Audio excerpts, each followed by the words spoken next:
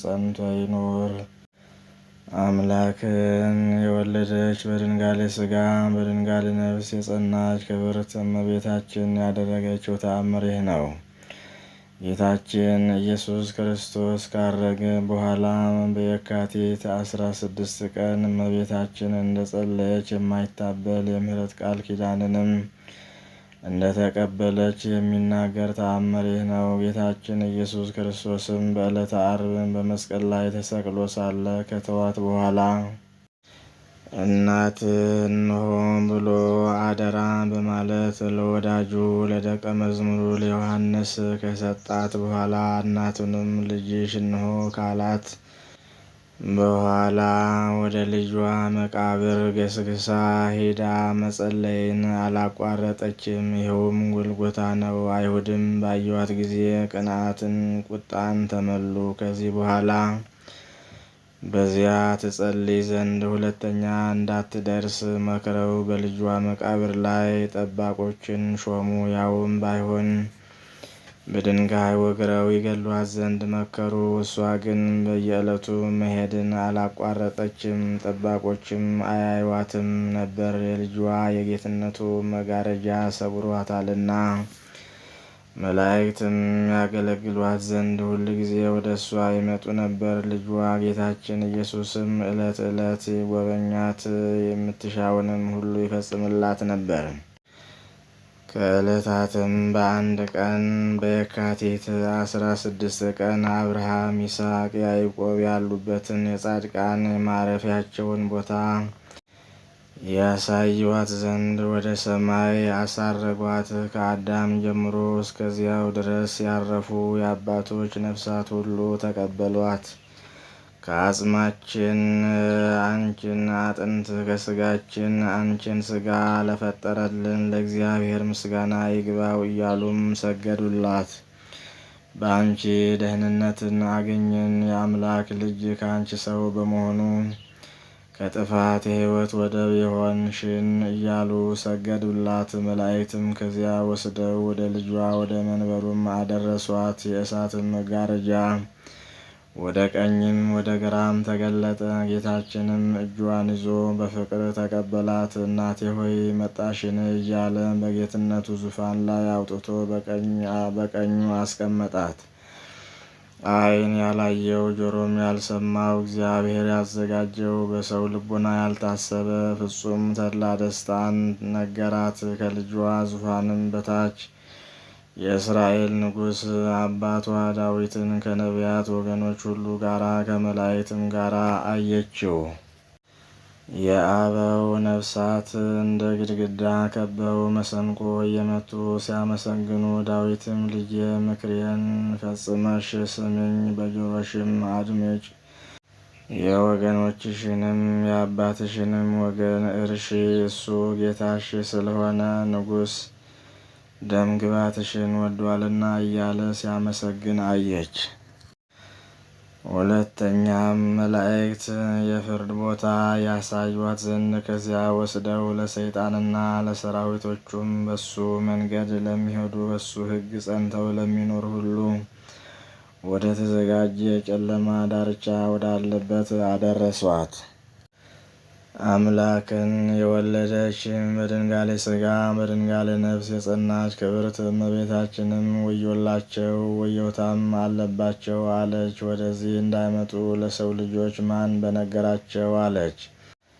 መልአክም ማርያም ሆይ እግዚአብሔር ከአንቺ ጋር ነውና በአንቺም ካመኑ ጋር አለና አይዞሽ አትፍሪ አላት። ከዚህም በኋላ መላእክት ተሸክመው አጅበው ወደ ቦታዋ መለሷት። አምላክን የወለደች በድንጋሌ ሥጋ በድንጋሌ ነፍስ የጸናች ክብርት እመቤታችን ከዚያች ቀን ወዲህ ስታዝን ስለ ኃጥአንም ሁሉ ስትለምን በዚያች በየካቲት 16 ቀን ቀራንዮ በሚባል ቦታ ቁማ ልጇን እንደ ልማዷ ስትለምን ኖረች። ልጄ ወዳጅ ሆይ በባሕሪ አባትህ በእግዚአብሔር አብ ክርስቶስም በሚባል ስም አዛዚ በሚሆን በባሕሪ ሕይወት በመንፈስ ቅዱስም ምድርም አንተን መሸከም ሳትችል 9 ወር ከ5 ቀን በተሸከምሁህ ማኅፀን መላእክትን ወደ አንተ መቅረብ ሳይቻላቸው ልጄ ወዳጄ ሆይ ያለ ድካም ከእኔ በመውጣት አማጽንሃለሁ። ያለ ምጥም በመወለድ ልጄ ወዳጄ ሆይ ባሳደጉ ጡቶቼ አማጽንሃለሁ። በሳሙ ከንፈሮቼም ባቀፉ እጆቼም ከአንተም ጋራ በተመላለሱ እግሮቼም በበላዩ በተኛህበት በረት ልጄ ወዳጄ ማልድሃለሁ። በተጠቀለልክበት ጨርቅ ልጄ ወዳጄ ሆይ አማጽንሃለሁ። ልመናዬንም ሰምተህ የልቦናዬን ፈቃድ ሁሉ ትፈጽምልኝ ዘንድ እለምንሃለሁ። ወደ አንተ እማልዳለሁ። የብርሃን እናቱ በድንጋሌ ሥጋ በድንጋሌ ነፍስ የጸናች ክብርት እመቤታችን እንዲህ ብላ በለመነች ጊዜ ጌታችን ኢየሱስ ክርስቶስ ወደ እሷ ወረደ። ስፍር ቁጥር የሌላቸው ብዙ የሚሆኑ አእላፍ መላእክትም ከበውት ከእሱ ጋር መጡ። እናቴ ማርያም ሆይ ምን ላድርግልሽ አላት። የምትሽውንም ምን ላድርግልሽ ትወጃለሽ አላት። አምላክን የወለደች በድንጋሌ ሥጋ በድንጋሌ ነፍስ የጸናች ክብርት እመቤታችንም ልጇ ወዳጇን ደህንነቴን የምታደርግልን ልጄ ወዳጄ ሆይ አለኝታዬ መጠጊያዬ አንተ ነህ። እምነቴም በአንተ ላይ ነው። በእናቴም ማኅፀን ሳለሁ በአንተ ስልጣን ጸናሁ። በማኅፀን ሳለሁም አንተ ሰወርከኝ። በጊዜውም ሁሉ ስም አጠራሬ አንተ ነህ። አሁንም ፍጹም ልመናዬን አድምጥ። እኔ የእናትህ ባሪያህም የምነግርህን የልመናዬን ነገር ስማ። ተስካሬን የሚያደርግ ቤተ ክርስቲያንንም በስሜ የሚሠራ በስሜ የታዘዘ የሚያለብስ የታመመ የሚጎበኝ የተራበ የሚያበላ የተጠማ የሚያጠጣ ወይም ያዘነ የሚያረጋጋ ቢሆን የተከዘ ደስ የሚያሰኝ ወይም ምስጋናዬን ያጻፈ ሴት ልጁንና ወንድ ልጁን በእኔ ስም የጠራውንም እኔም በምከብርበት ቀን ምስጋና ያመሰገነውንም አቤቱ ዓይን ያላየውን ጆሮም ያልሰማውን በሰው ልቦና ያልታሰበውን በጎ ዋጋ ስጠው። አቤቱ በእኔ ቃል ኪዳን ስላመነ ሁሉ ማልድሃለሁ፣ እለምንሃለሁ። መራቤን መጠማቴንም ከአንተ ጋር እንዳንተ ያገኘኝን መከራንም ሁሉ አስበህ አቤቱ ወደ ሲኦል ከመውረድ ነፃ የወጣ አድርገው። ጌታችን ኢየሱስ ክርስቶስም የለመንሽው ሁሉ ይደረግልሽ፣ የምትወጂውን ሁሉ እፈጽምልሻለሁ፣ የለመንሽውን ሁሉ ላደርግልሽ ሰው ሆኛለሁና ብሎ መለሰላት።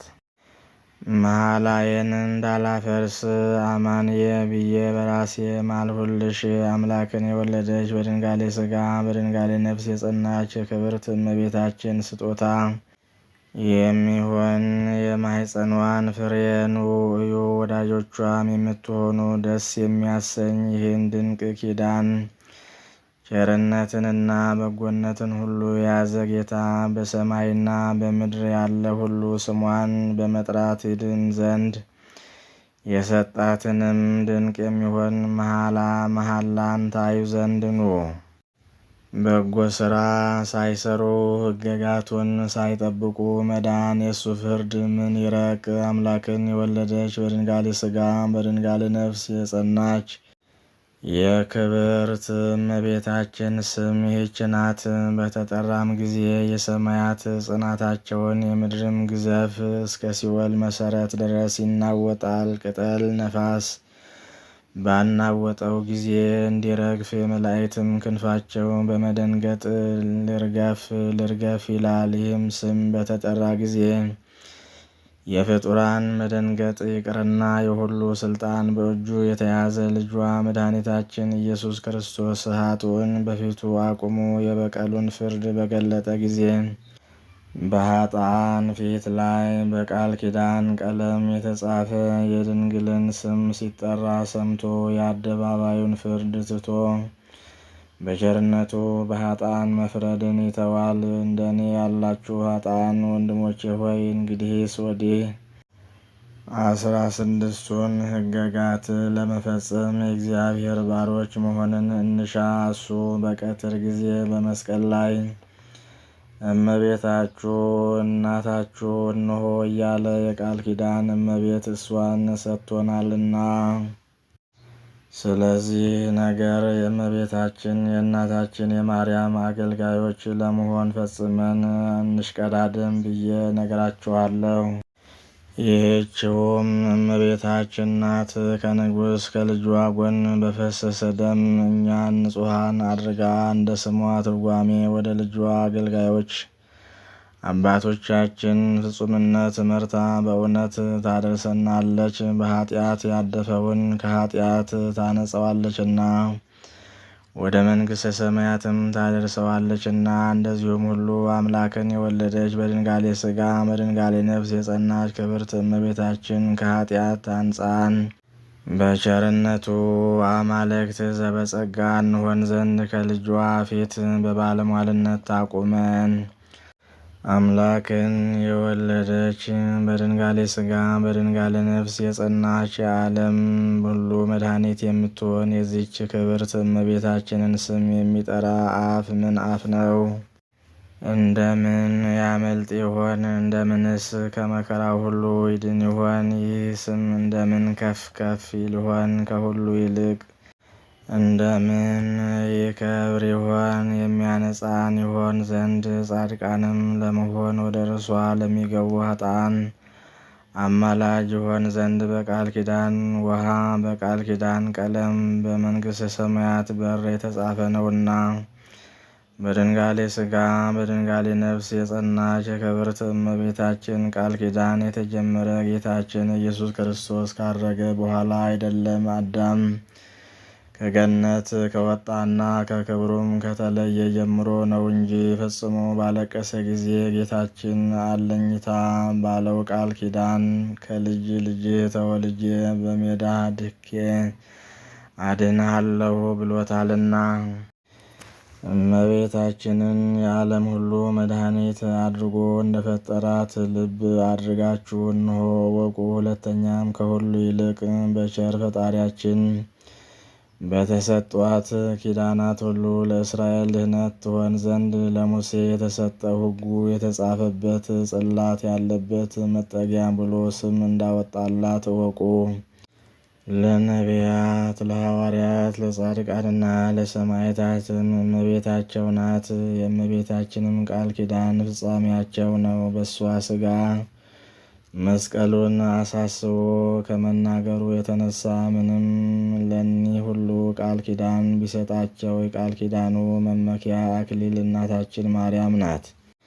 ይህን ቃል በመስማት አምነው አምላክን የወለደች በድንጋሌ ሥጋ በድንጋሌ ነፍስ የጸናች የክብርት እመቤታችንን ስም በመጥራት የዳኑትን ምን ያህል እንደሆኑ ነግራችኋለሁ። የእመቤታችን የድንግል ማርያም በረከቷ ረድኤቷ በሁላችን ላይ ይደርብን፣ አሜን።